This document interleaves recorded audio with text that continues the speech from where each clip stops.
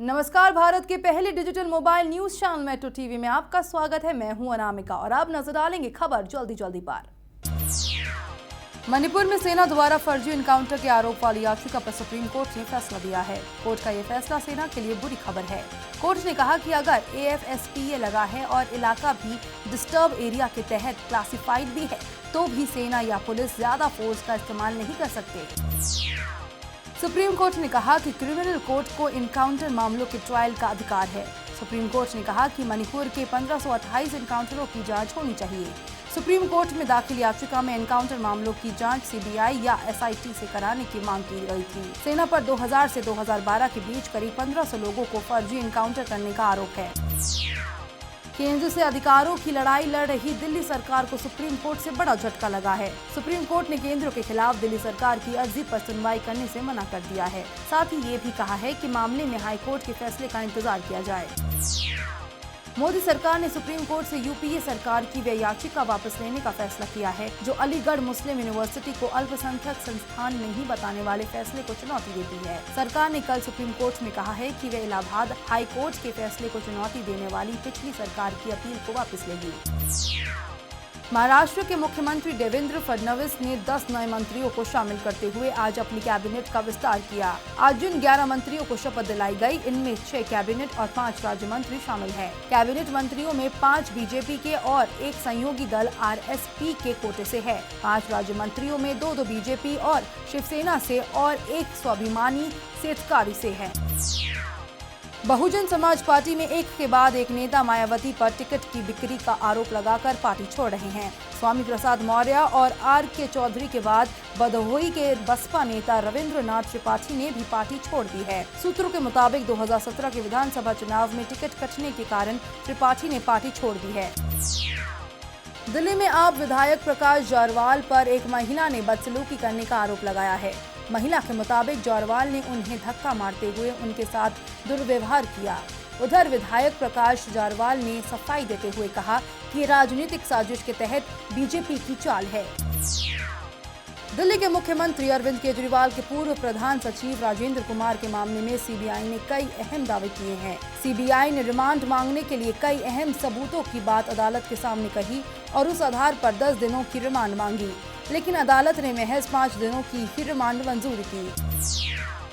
Bombay high court में एक जनहित याचिका दायर कर गुजारिश की गई है कि बीजेपी को दिया गया कमल का निशान वापस ले लिया जाए। याचिकाकर्ता के मुताबिक कमल राष्ट्रीय पुष्प है और इसका किसी पार्टी के चुनाव चिन्ह के तौर पर इस्तेमाल नहीं किया जा सकता।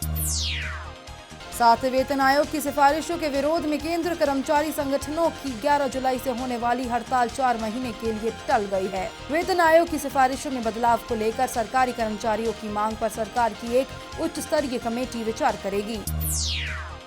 ढाका में हुए आतंकी हमले के बाद मुस्लिम धर्मगुरु डॉक्टर जाकिर नाइक जांच एजेंसी की निगरानी में हैं। गृह मंत्री राजनाथ सिंह ने डॉक्टर जाकिर नाइक पर हो रही कार्रवाई की जानकारी देते हुए बताया कि हमने इस मामले में जांच एजेंसियों को आदेश जारी कर दिए हैं। जांच पूरी होने के बाद उचित कार्रवाई की जाएगी। जाकिर नाइक के साथ मंच साझा करने के कारण बीजेपी के निशाने पर आए कांग्रेस नेता दिग्विजय सिंह ने पलटवार करते हुए आज गृह मंत्री राजनाथ सिंह के 2008 के मालगांव विस्फोट मामले की आरोपी प्रज्ञा ठाकुर के साथ कथित मुलाकात का मुद्दा उठाया। साथ ही उन्होंने बीजेपी से पूछा कि वो श्री श्री रविशंकर के जाकिर नाइक के साथ मंच साझा करने को लेकर क्या कहेंगी। जम्मू कश्मीर में आतंकियों की घुसपैठ की खबरों से सुरक्षा बलों को सतर्क किया गया है। खुफिया एजेंसियों ने जानकारी दी है कि हिजबुल मुजाहिदीन से जुड़े करीब 36 आतंकियों ने पाक सीमा से जम्मू कश्मीर में घुसपैठ की है। सूत्रों ने कहा कि खुफिया एजेंसियों ने इस संबंध में फोन कॉल इंटरसेप्ट की है। पड़ोसी देश बांग्लादेश में ईद की नमाज के दौरान बम धमाका हुआ है। इस धमाके में कम से कम 4 लोगों की मौत और 12 लोगों के घायल होने की खबर है। मरने वालों में एक पुलिसकर्मी भी शामिल है। ये धमाका किशोरगंज में हुआ है, जो बांग्लादेश की राजधानी ढाका से 80 किलोमीटर की दूरी पर है। इराक के उत्तरी बगदाद स्थित एक शिया पवित्र स्थल में कुख्यात आतंकी संगठन ISIS के आतंकियों द्वारा किए गए आत्मघाती हमले में 30 लोगों की मौत हो गई। इराकी सुरक्षा प्रवक्ता ने आज एक बयान में कहा कि आत्मघाती हमलों, गोलियों और मोटरों के हमले से क्षेत्र दहल गया। चीन के कदम भारत के खिलाफ बढ़ते जा रहे हैं। चीन की सेना ने साफ कहा है कि हिंद महासागर में उसके पनडुब्बियों का घुसना वैध है और अंतर्राष्ट्रीय कानूनों के लिए अनुरूप है। हाल के दिनों में भारतीय समुद्री क्षेत्र के पास में चीन की पनडुब्बियों की तैनाती बढ़ा दी गई है। चीन लगभग पूरे दक्षिण चीन सागर पर अपना दावा करता है। सत्तारूढ़ कंजर्वेटिव पार्टी ने प्रधानमंत्री डेविड कैमरन के उत्तराधिकारी की दौड़ में कल गृह मंत्री थेरेसा मे और ऊर्जा मंत्री एंड्रिया लिडसाम को 2 अंतिम उम्मीदवारों के तौर पर चुना। अब 1.5 लाख पार्टी सदस्य 9 सितंबर को किसी को एक का चुनाव करेंगे। अमेरिकी राज्य टेक्सास में प्रदर्शन कर रहे लोगों में से कुछ बंदूकधारियों ने पुलिस पर गोलियां बरसा दी। इस गोलीबारी में 5 पुलिस वालों की मौत हो गई है। टेक्सास के डलास में 10 पुलिसकर्मियों पर गोलियां चलाई गई थी। कुछ मीडिया रिपोर्टर्स के मुताबिक 2 हमलावरों में से एक ने पुलिस के सामने आत्मसमर्पण कर दिया है। अमेरिकी राष्ट्रपति बराक ओबामा ने कहा है कि इस हफ्ते पुलिस द्वारा अश्वेत व्यक्ति पर घातक गोलीबारी व्यापक नस्ली भेदभाव की सूचक है और सभी अमेरिकियों को इससे तकलीफ होनी चाहिए।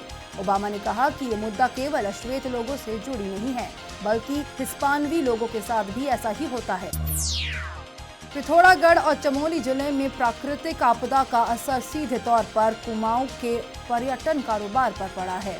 आमतौर पर जुलाई के पहले पखवाड़े तक यहां रहने वाले सैलानियों की तादाद में अचानक गिरावट आई है। आपदा प्रभावित पिथौरागढ़ के पर्यटन व्यवसाय में 40 से 60% की कमी आई है। मध्य प्रदेश के कई इलाकों में कई दिनों से हो रही बारिश के कारण प्रदेश की कई नदियां उफान पर है। नर्मदा, पार्वती, चंबल, केन, तवा, तमस और सुनार नदियां उफान पर है। इससे कई मार्गों पर आवागमन प्रभावित हो गया है। सतना जिले के निचले इलाकों में पानी घुसने से बाढ़ जैसे हालात हो गए हैं। एडी ब्यूरो कंपनी की एक याचिका पर सुप्रीम कोर्ट ने एक्टर रजनीकांत की पत्नी लता रजनीकांत को नोटिस जारी कर जवाब मांगा है। याचिका में कहा गया है कि लता ने कोचा दियान फिल्म के टेलीकास्ट राइट के मामले में फर्जी सर्टिफिकेट लगाया था। इस मामले में उनके खिलाफ FIR दर्ज की जाए। विवादों में रहा 251 रुपए का स्मार्टफोन फ्रीडम 251 आज से लोगों को मिल सकता है। इस फोन को बाजार में उतारने वाली रिंगिंग बेल्स कंपनी का दावा है कि वह आज से फोन भेजना शुरू कर देगी।